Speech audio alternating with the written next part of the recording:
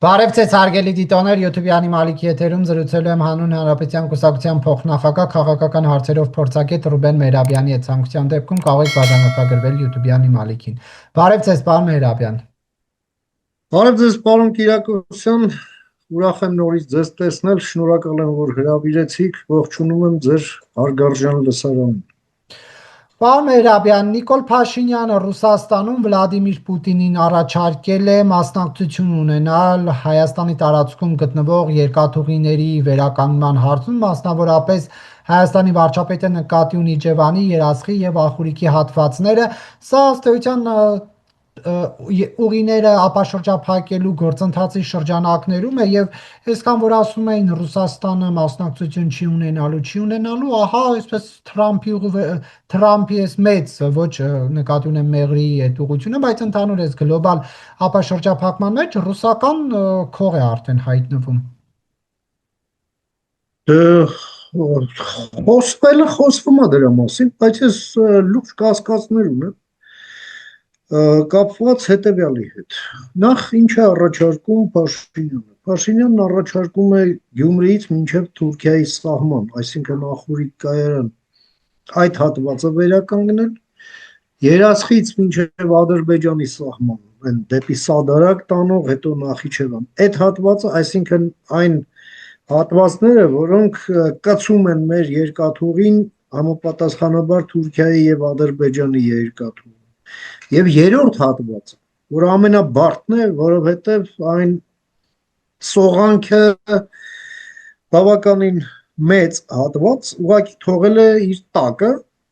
եւ ընդհանրապես այնտեղ ռելիեֆն է փոխվել նույնիսկ։ Այս ամենը իրար հետ, որ սենց աչքաչափով նայում ենք, մոտ 1 միլիարդի ներդրում անելու, այսպես ասենք, հրավեր է արել Նիկոլ Փաշինյանը ռուսական կողմին։ Զուգահեռաբար բաց տեղեկատվությունն է, հա, ռուսական լրատվամիջոցների, թե ինչ ֆինանսական փոսում է գտնվում ՌԺԴ-ն եւ պետությունից սուբսիդիա է խնդրում այդ պարտքերը, անցքերը, պակասորտները փակելու թալանված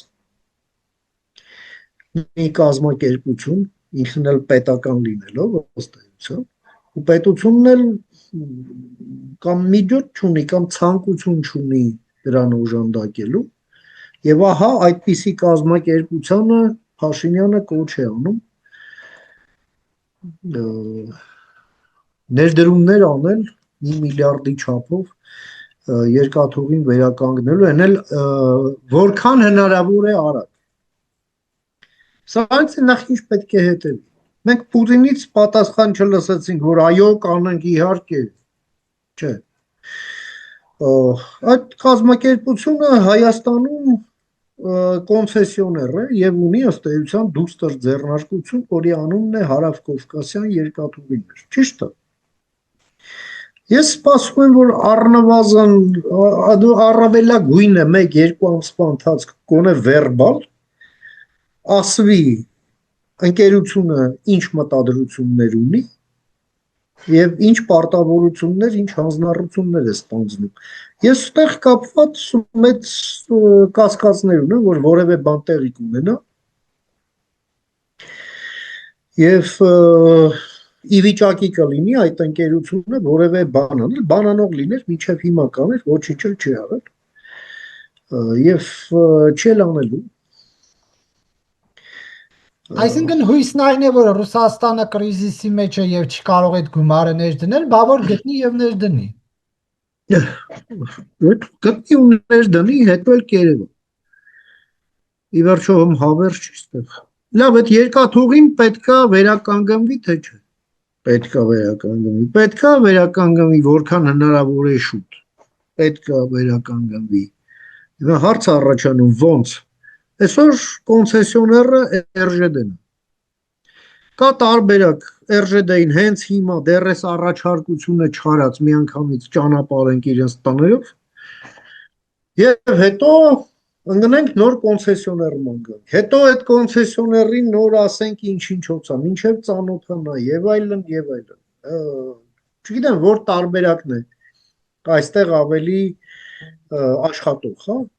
Դե հիմա եթե որոշել են որ գործող կոնցեսիոներին առաջարկեն միգուցե իրանք էլ անեն, համ էլ ձենները կտրեն, չէ, որ ասում են առանց մեզ թրիփը չեք կառուցի։ Ընկեր ջան, հենա գնա մի հատ հələ քեզ պատկանող հատվածներում հələ մի հատ կառուցի, մենք էլ առանց քեզ այնտեղ մի բան կանենք։ Դու դա կառուցի, վերջո հաղորդակցության ուղիների ապաշրջափակումը դա մենակ թրիփը չի, չեք ուզում թրիփից։ Թրիփը ձեր մասնակցությամբ չի լինելու, որովհետև թրիփի հետ կապված կա ուրիշ պայմանավորվածություն, որի մեջ դուք չկաք։ Սա դեռ, այսպես ասենք, դինամիկայի մեջ գտնվող եւ այս խմորն էլ երկար ջուր է քաշելու, հա, սենց մի process է, որը պետք չի ստոպ կադրից, ասենք, հեռու գնացող հետևություններ։ Իհարկե, այս ամենը եւս որ այստեղ սենց ասենք որոշակիությունը շատ հեռու է, հա, մենք տեսնում ենք բանա, տենց ոնց որ պարան են ձգում, ով է ուժեղով չէ, հələ Ռուսաստանի դիրքորոշումներն էլ հստակ չեն։ Հələ մենք տեսնում ենք Պուտինը բավականին նյարդային է, ինչ որ ուզում է բոլորին ինչ-որ բան ապացուցած լինի եւ այլն։ Հիմա երևի ընտրվել է որպես օպտիմալ տարբերակ դա է։ Ես էլ եմ ասում, մենք այս պահին մեր Երևանյան դիվաններից ամեն ինչ չի, որ բոլոր նրբությունները գիտենք, բայց կարող ենք պատկերացնել, որ երևի առավել օպտիմալ այդ տարբերակն է ընտրվել, բայց մեծ հաշվով ռազմավարական առումով իհարկե ՌԺԴ-ն այստեղ անելիք չունի։ Վերջակետ ՌԺԴ-ն այն ընկերությունը չի, որը ի վիճակի է կառավարել երկաթուղին Հայաստանի պահանջմունքներին համապատասխան։ Ամենայն դեպս այդ խաղաղության խաչմերուկ ռազմավարությունը սպասարկի պատշաճ ձև։ Դա այդ ընկերությունը չի։ Դա կոռումպացված հավելագրումներ կիրառող նույնիսկ հենց Ռուսաստանի ներսում դա ինքնաթալանված ընկերություն է, հասկանում։ Պետական սեփականությունը, որը զղկրտվել է եւ հիմա անես մի հատ ֆինանսական փոսի մեջ է, հիմա պետությունից փող են ուզում այդ անցքերը փակելու համար։ Սա է իրավիճակը։ Եվ դա չի որ Հայաստանում պետք է իրանց ուրիշ ձև պահեն։ Հենա հեծում էլ տեսանք ինչա կատարում։ Հա մոտավորապես նույն վիճակը, բայց ավելի այլանդակ։ Պարոն Մերաբյան, բայց այնուհանդերձ Նիկոլ Փաշինյանը արևմտյան ծրագրի մաս է դարձնում պատժամիջոցների տակ գտնվող Ռուսաստանին կամ ավելի այսպես ընդլայնում է հնարավորությունները Ռուսաստանի այս ծրագրում։ Չեմ կարծում, որ դա այդպես է։ Տրամաբանությունը ես այնպես եմ հասկանում, որ Փաշինյանն ուզում է ուղղակի առանց կոնֆլիկտի process-ները կառավարել, կոնֆլիկտ թույլ չտալ եւ այս խոցելի պահին, քանի մենք չունենք խաղաղության պայմանագիր Ադրբեջանի հետ, ավելորդ կոնֆլիկտ հարթ տեղը չստեղծել։ Սա հալավ ուզում ես մասնակցել, սա մասնակցելու տեղերն ասում եմ, դե մասնակցի տենա։ Սա է ասում։ Դե մենք էլ կտեսնենք։ Ուղղակի ես ինչ եմ ուզում ասել, որ դա չի կարող անվերջ տևել, մենք դեռ սպասենք, չգիտեմ, քանի տարի սպասենք, մինչև տեսնենք։ Չէ, տեսնելը խոսքը կարող է լինել 1-2 ամսվա մասին։ Որովհետև ըստ ամենայնի հայ-ամերիկյան կոնսուլտացիաներն ավարտվելու են թրիփի կառուցման վերաբերյալ եւ հիմնարկեքի արարողությունը տեղի ունենալու է։ Ժամանակ արդեն պետք է որոշակիություն լինի, ինչա լինում մնացած ուղղությունները։ Ի վերջո այս հաղորդակցությունը, որը կա, մենք խաղից դուրս ենք մնում այս դանդաղկոտության պատճառով։ Ես չգիտեմ ձեր եթերում թե որտեղ, ես որ ասում են ինչ վտանգներ եք տեսնում թրիփի մեջ։ Թրիփի մեջ միակ վտանգը դա դանդաղկոտությունն է, որը կարող է թրիփի ուրեմն իրագործումը պրոյեկտի իրագործումը դարձնել ժամանակավոր։ Այդ դա ամենամեծ վտանգն է։ Եվ այստեղ այդպիսի ռուսական ծուղակի վտանգը ես տեսնում եմ, եթե ել եմ ասում, եթե մեկ մաքսիմում 2 ամիս ժամանակից ավել ժամանակ փորձ արվի տալ ռուսներին, մինչև ասենք իրանք մտածեն, թե ինչ են անում, ինչ չեն։ Այնպես որ դեռ մենք այս թեմային կանդրադառնանք առաջիկայում։ Բայց ռուսական կողմը նաև մասնակցություն է ուզում ունենալ մեղրի ճանապարհի կառուցման ու երկաթուղու հետ կապված, օրինակ Պաշտոնյաներից ԱՊՀ երկրների հարցերով զբաղվող 4-րդ բաժնի ղեկավար Միխայել Կալուգինն ասում է, որ դե Հայաստանը ԵԱՏՄ անդամ է, մեր ընկերությունն է այնտեղ կառավարում երկաթուղիները, ռուս սահմանապաներն են հայ-իրանական սահմանին, հայ-թուրքական սահմանին, ասում է առանց մեզ գործընկերները չեն կարող գործը գլուխ բերել, մոտավոր դա է։ Դե եթե կոտոշներն ասֆալտի մեջ մտցնելով, ուրեմն եթե սահմանապահները տտեղ են, չեն լինել սահմանապահները տտեղ։ Ինչի մասին է խոսքը։ Ու եթե պետք է արդեն մեր հետ այդ տոնով խոսեն ու այդ տոնը դառնա այսպես գերակայողը մեր խոսակցության մեջ, այդ ժամանակ իրանք հաստատ չնշան։ Պետք է հասկանալ։ Հիմա ես հասկանում եմ այնպես, որ Փաշինյանը չի ուզում այդ հարթության վրա մեր շփումը լինի Ռուսաստանի հետ, այլ ավելի հանգիստ խոսակցության հարթության վրա, եւ դրա համար ասում եմ շատ լավ ուզում եք մասնակցություն ունենաք, հեսա կոնկրետ հատվածները մասնակցության ձեզ մատնանշում, դուք էլ կոնցեսիոներ եք, գնացեք վերականգնեք տեսնեք։ 1 միլիարդ սեղանին դնում եք, գնում եք անեք։ Այսինքն այդպիսով Հայաստանի ղեկավարը Ռուսաստանի նախագահին անհարմար դրության մեջ է դրել։ Բա այսինքն ո՞րն է այլ ընտրանք։ Անհարմար դրությունը ո՞րն է։ Ասես ուզում ենք մասնակցենք, դե ասում եմ գնեմ մասնակցի։ Հիմա եթե դրանից ընկնում է անհարմար դրության մեջ, ով է մեղավոր։ Կամ ինչի դա մեզ պետք է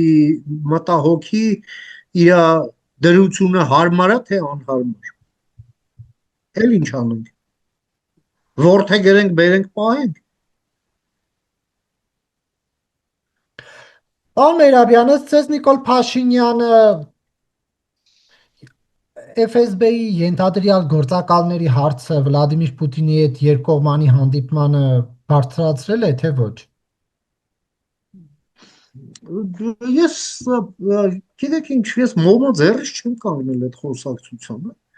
եւ հիմա ինչ ասեմ ենթադրությունների ոլորտից է լինել։ Գուցե խոսել է, գուցե չի խոսել։ Իրավիճակն այնպեսին է հարցով, եկեղեցու հարցով, դե գուցե խոսել է, գուցե չի խոսել։ Ես չգիտեմ։ Ես չեմ ուզում անել պնդումներ հիմնված ենթադրությունների վրա։ Բայց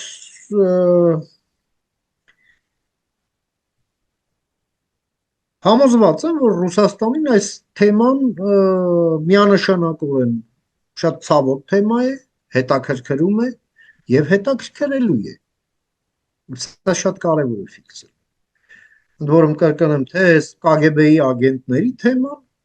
որ առաջի անգամ մեր ԱԱԾ-ն փաստորեն հրապարակում է KGB-ի ագենտի հաշվառման թերթիկը։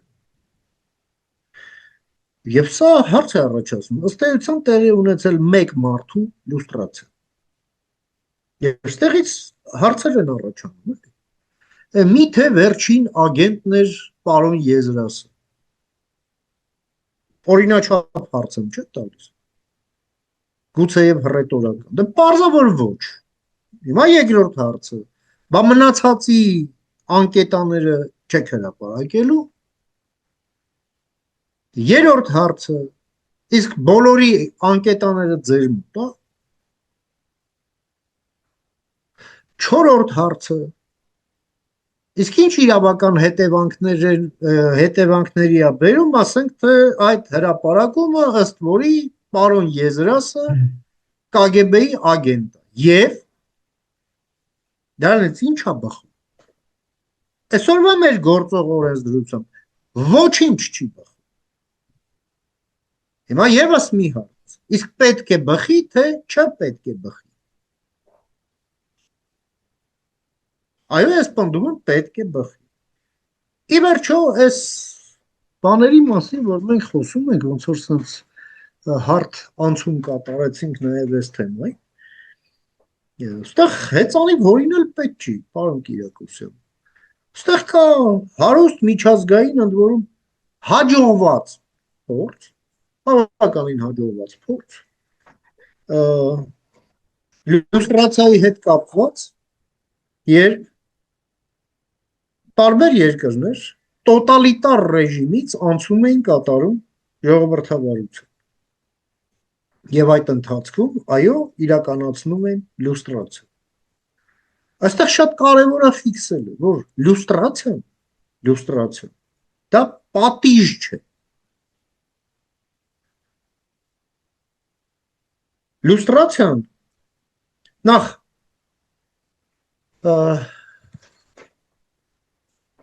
մաքրում է հասարակությունը, մեկ,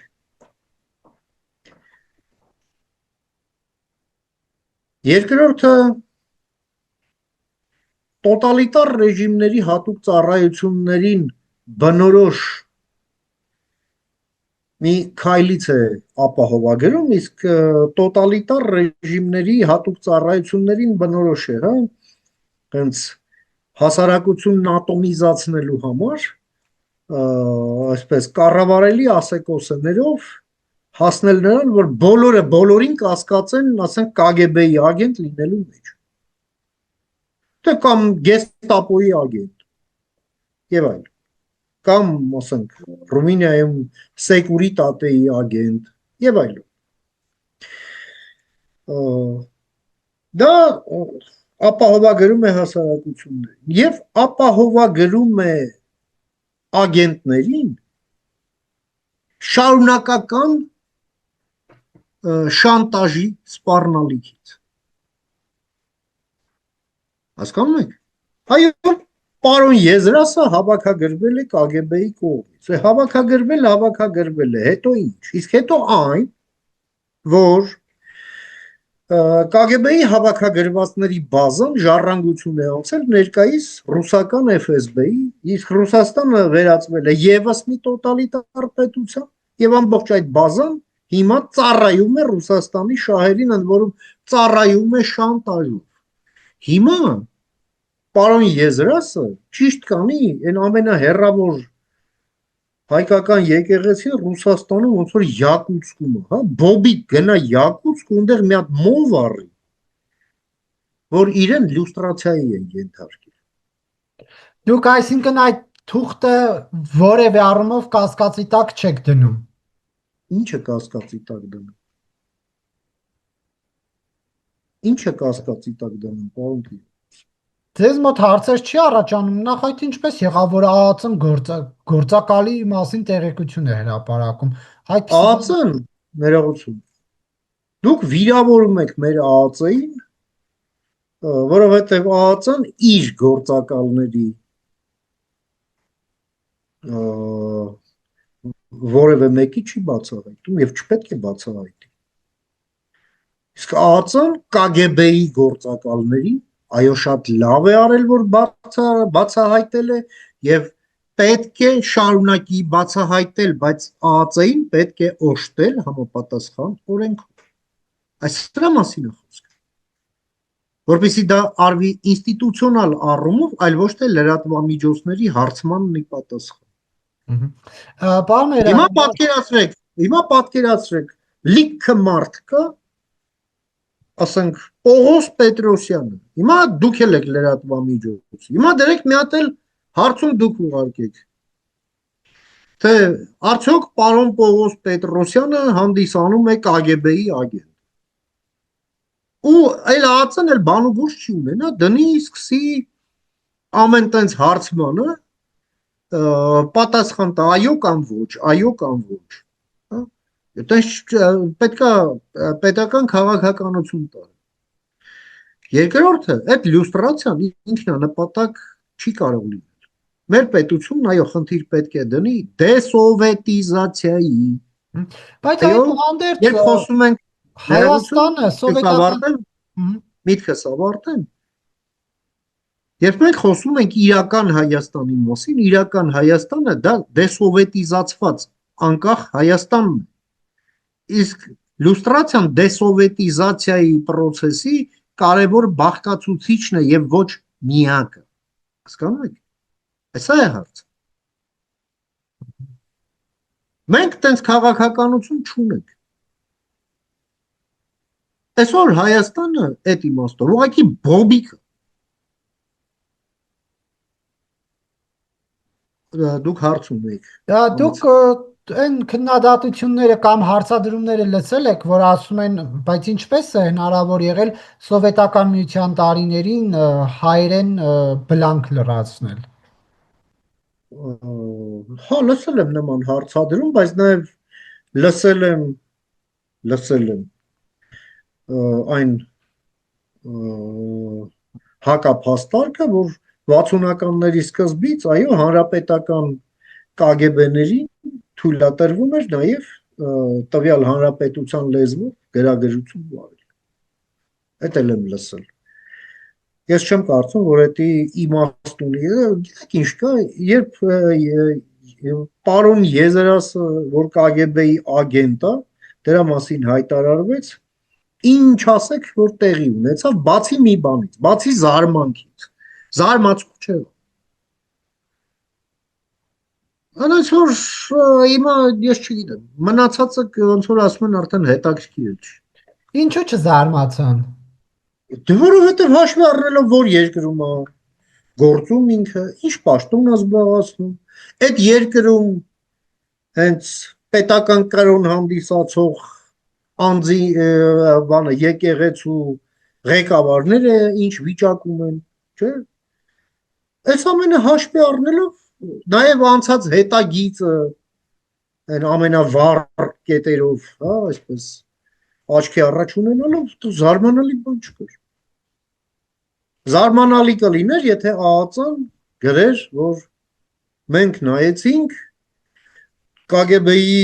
ամբողջ արխիվը փորփրեցինք եւ տեսանք պարոն Եզրասը երբեք KGB-ի ագենտ չի եղել։ Այդ ժամանակ կզարմանայի։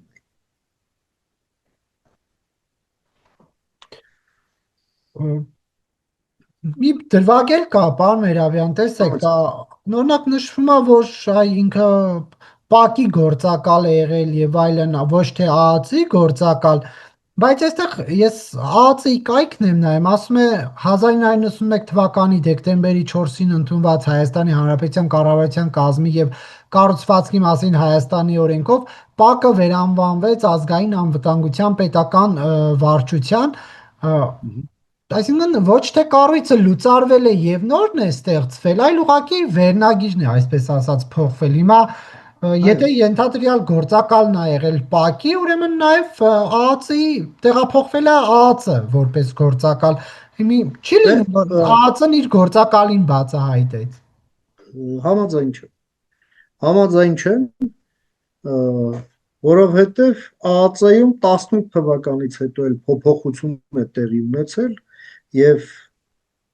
բազմաթիվ փոփոխություններ, իհարկե ոչ ամբողջական, բայց այն աստիճանի փոփոխություններ են տեղի ունեցել, որոնք մեզ թույլ են տալիս ասելու, որ այսօր ԱԱԾ-ն ծառայում է Հայաստանի Հանրապետությանը եւ իր կապը կտրել է KGB-ի հետ։ Այո, անկախ Հայաստանի գոյության տարիներին, իսկ ավելի կոնկրետ ասենք, առնվազն մինչև 18 թիվը, նաև 18 թվից հետո էլ որոշ ժամանակ, այո, այդ կապը կտրած չի եղել, ցավոք սրտի, դրա համար էլ մեկներս երկուս չի լինում։ Կապը ինչպես է կտրել, վերջերս էլի ԱԱԾ-ն հայտարարություն էր տալիս 1-2 տարի առաջ հայտարարություն էր տարածում, որ գնային Ռուսաստանի FSB-ի դպրոցներում բուհերում սովորեն հետ։ Ուզում եմ ձեզ հիասթափեցնեմ 1-2 տարի առաջ չէ, մի ամիս առաջ։ Ավելի Իներցիայով գնում։ Դե խայտարակություն է։ Այո։ Հա, բայց դրա հետ զուգահեռ էլ նաև սա է տեղի։ Եմ ասում, սա տրանսֆորմացիայի process է եւ այո, ռեֆորմները մեր հատուկ ծառայություններում պետք է լինեն շարունակական եւ այո, այդ կապը, այդ հանցագործ մարդակեր կազմակերպության հետ այո պետք է կատարվի։ Չի կարող այլ կերպ։ Դա մարդակեր հանցագործ կազմակերպություն։ Վերջակետ։ Եվ Ռուսաստանի արձագանքը որը կլինի, եթե ենթադրյալ գործակալ է բացահայտվել եւ ահացնել այնտեղ մի տող կա, որը ճիշտ է հրապարակված բլանկի մեջ չկար, բայց Civic-ը իր կողմից կամ ԱԱՑ-ից ստացված տեղեկության հիման վրա գրել էր, որ բանը շարունակում է այլ պետության հատուկ ծառայության գործակալ լինել, ըստ էության սա ում նկատի ուներ, Ռուսաստանին։ Տեսեք, դե բա Ռուսաստանի տարածքում ենթադրում են, բայելում պետքա ծառայեր։ Բայց ես դեռ էլի հարց ունեմ, ներողություն։ Այլ պետության գործող հատուկ ծառայությանը ծառայել է Հայաստանի քաղաքացու համար հանցագործություն։ Եթե դա համաձայնեց Սամվել Կարապետյանի միտինգներին էր մասնակցում, եթե դա հանցագործություն էր, ինչու էր ազատորեն գալի մասնակցում։ Ես այդ հարցը ես էլ եմ տալիս։ Այո, բա մեկ, երկրորդը ինչ քրեական գործ չի հարուցվում։ Այդ հայտարարության հիման վրա։ Քրեական օրենսգրքում կոնկրետ հոդված կա դրա համար։ Այն շպիոն Թոֆիկին բռնեցին, եսին 20 տարի են տվել, ինչ են տվել, չէ՞։ Ադրբեջանի հատուկ ծառայություններին ծառայելու համար, ճիշտ է։ Չէ՞։ Այն մի հատ 8-20 բեղերով մեկը կար։ Որ մնացել էր Ստեփանակերտում, հետո վռնդեցին, եկավ ու տարան բանտ։ Ինչ էր անում է։ Մի խոսքով։ Բայց սա նույն բանն է։ Ինչ տարբերություն։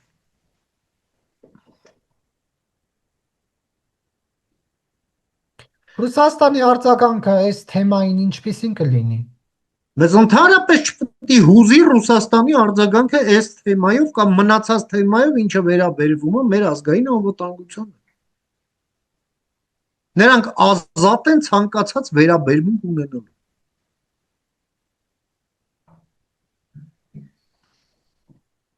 Անկամ խնդիրներ ստեղծելով այլ հարցերով։ Դե այդ հարցերով էլ խնդիրներ, եթե կստեղծեն, կստանան խնդիրներ։ Ու պետք է ստանան խնդիրներ եւ ենթադրում եմ հենց դրա համար էլ Հայաստանի Հանրապետությունն էլ դիմել է Եվրամիությանը, որպեսզի մեր կարողությունները նման խնդիրներ ստեղծելու պարագայում լինեն պատշաճ եւ մենք կարողանանք դրան հակադարձել եւ նրանք ուզենան խնդիր ստեղծել եւ չկարողանան բախվելով մեր մեծացած կարողությունների։ Այս նպատակն էլ դա է։ Այսինքն երբ Եմենը դա միջամտություն չէ, աջակցություն է, երբ Ռուսաստանն է դա աջակցություն չէ, միջամտություն է։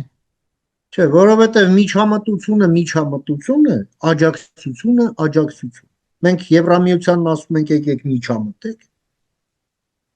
Հա? Մենք կրկնում Եվրամիությանն ասում ենք մեզ աջակցեք, մեր կարողությունները մեծանան, որ մեզ խնդիր ստեղծողների մոտ այդ խնդիր ստեղծելը չստացվի։ Սա աջակցության մասին։ Մենք չենք ասում Եվրամիություն արի KGB-ի շպիոն բռնի։ Այ դա կլինի միջամտություն։ Մենք ասում ենք օգնի մեզ, որ մենք բռնենք, մենք չենք կարողանում բռնենք։ Բռնելու ձևերը չգիտենք, չենք հասկանում 35 տարի անց։ Շատ բան չենք հասկանում։ Չենք հասկանում, որ նաև այս ամենը հասկանալի լինելու համար, հա, այստեղ կրթամշակութային միջավայրը պետք է առողջացնել, զիբիլից մաքրել։ Այ դա էլ չենք հասկանում։ Եվ շատ բան չենք հասկանում։ Դրա համար մարդիկ ասում են KGB-ի ագենտ է, էլի ինչ է, էլի։ ու ասում են առանց կարմրելու։ Մի բան էլ գրում են ու տակն էլ ստորագրում են։ Սակավամիտի նման։ Պաշտոնական հայտարարություն տարածելու։ Դե ասում են Ինչի համար, 86-ից որովհետև տա գետ են։ Հասկանում եք։ Այդ ամենը այո պետք է ուղղվի, որովհետև պետություն դառնալու ուրիշ ճանապարհ չկա։ Պետական օրգանիզմը պետք է մաքրել պարազիտներից։ Ասում են 86-ից 88 թվականներին Եզրաս Ներսիսյանի հայրենիքը ԽՍՀՄ-ն էր եւ նա աշխատել է իր երկրի հատուկ ծառայության հետ։ Բա 91 թվին ինչա դավաճանել այդ երկրին։ Ինչպես է դավաճանել։ Դե հենց տենց։ Ով որ համարել է խորհրդային միությունը իր հայրենիքը ու ծառայել է այդ ձևով, գաղտնի ձևով սովետական միությանը ու մինչև հիմա էլ շարունակում է համագործակցել այլ երկրի հատուկ ծառայության հետ, ինչպես ասվում է ԱԱԾ հայտարարության մեջ, դա անգերմա նույն հոդվածի տակ ինչ որ են 8-20 բեղերով են Ադրբեջանի շպիոնի պարագայում։ Մեկին մեկ։ Այդ դրա մասին է խոսքը։ Այդ ժամանակ 90 եթե այդ տրամաբանությամբ ենք գնում 90 թվականին երբ որ հայկական ԽՍՀ գերագույն խորհրդի ընտրություններ եղավ եւ այդ գերագույն խորհուրդը ընդունեց անկախության հռչակագիրը չէ ժամանակ այդ ով որ կողմա քվեարկել բոլորը սովետական միության դավաճաններ այդ եթե ձեր տրամաբանությամբ առաջնորդ նրանք դավաճանել են սովետական միությանը եւ գործել են ընդդեմ սովետական միության տարածքային ամբողջականության նրանք սեպարատիստներ են եւ այլն Գիտեք ինչ այս հարցերը այս գաղութատիրական կայսրությունների փլուզումներից հետո մանավանդ երբ որ դրանք էլ եղել են տոտալիտար ռեժիմներ միշտ շատ sense ցավոտ հետևանքներ են ունենում ընդ որում տևում են 10 ամյակներ ամենայն դեպս դրա մասին է վկայում մի շարք այլ երկրների տոտալիտար ռեժիմը ելի եմ ասում դա մի ախտ է որը ախտահարում է հասարակությունները տասնամյակներով նույնիսկ երկար է շարունակվում շատ ավելի շատ երկար նույնիսկ երբ այդ տոտալիտար ռեժիմը մեռնում է կամ մեռցնում է մենք պետք է խնդիր դնենք դրանից մաքրվելու թե խնդիր չդնենք դրանից մաքրվելու այո պետք է խնդիր դնենք այո այդ ագենտներն այնպես չի որ բոլորը հանցագործ են այդ ագենտները նաև արել են դա ինչ որ կարիերային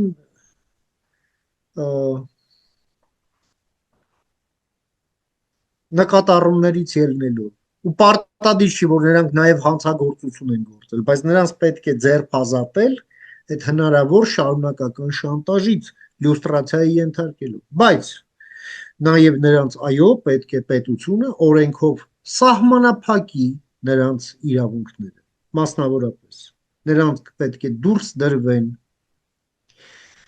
քաղաքականությունից մամուլից դատաիրավական ոլորտից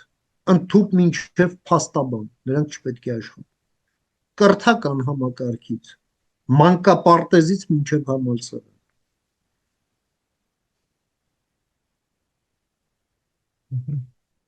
սա է ճանապարհը ուրիշ ճանապարհ ավելի լավ ճանապարհ մարդկությունը չի հնարել եւ վաղ թե ուշ